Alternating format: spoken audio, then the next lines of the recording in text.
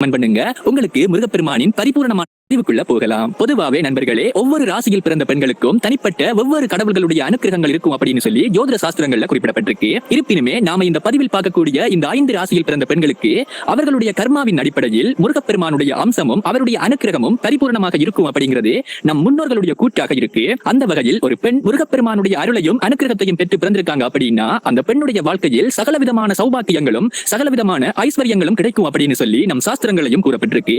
ரொம்பவுமே தெளிவாக குறிப்பிட்டு கூறணும் அப்படின்னு சொன்னா அந்த பெண்ணுடைய வாழ்க்கையில் செல்வ செழிப்பு அப்படிங்கிறது உன்னதமாக இருக்குமா. அது மட்டும் இல்லாமல் அந்த பெண்ணுக்கு கிடைக்கக்கூடிய வாழ்க்கை துணை ரொம்பவுமே சிறந்த ஒரு நபராக இருக்கும் அப்படிங்கிறது ஐதீகம். அது மட்டும் இல்லாமல் அவர்கள் மிகச்சிறந்த புத்தி கூர்மை படைத்தவர்களாகவும் ஞான தெளிவு கொண்ட பெண்களாகவும் சிந்திக்கும் திறன், அதாவது தலைமைத்துவ பண்போடு சிந்திக்கும் திறன் கொண்ட பெண்களாகவும் இருப்பாங்க. அதே சமயத்தில் இந்த பெண்கள் சமுதாயத்தால் போற்றப்படக்கூடிய மதிக்கப்படக்கூடிய இடங்களை அடைவார்கள் அப்படின்னு சொல்லியும் சொல்லப்படுது. அந்த வகையில் இப்ப நாம முருகப்பெருமானின் அருள் பெற்று பிறந்த 5 பெண்களின் ராசிகளை பற்றி பார்க்கலாம். அந்த வகையில் நாம முதல்ல பார்க்க போறது மேச ராசி பெண்கள்.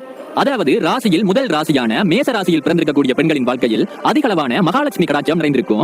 அது மட்டும் இல்லாம இந்த மேசராசி பெண்கள் பிறக்கும் போது இயற்கையாகவே இவங்களுக்கு அதிகளவான தெய்வத்தின் அருளும் தெய்வத்தின் அம்சமும் நிறைந்திருக்கும். இந்த மேசராசி பெண்களுக்கு இயல்பாகவே சாமுத்திரிக லட்சணம் இருப்பதால் இந்த பெண்களின் வாழ்க்கையில் அதிகளவான செல்வ புழக்கம் ஏற்படும். அதே சமயத்தில் இந்த மேசராசி பெண்ணை திருமணம் செய்யக்கூடிய கணவரின் வாழ்க்கையில் அதிகளவான யோகங்கள் ஏற்படும் அப்படின்னு சொல்லி நம் சாஸ்திரங்களில் குறிப்பிடப்பட்டிருக்கு. அடுத்ததான் நாம பார்க்க போறது சிம்ம ராசி பெண்கள்.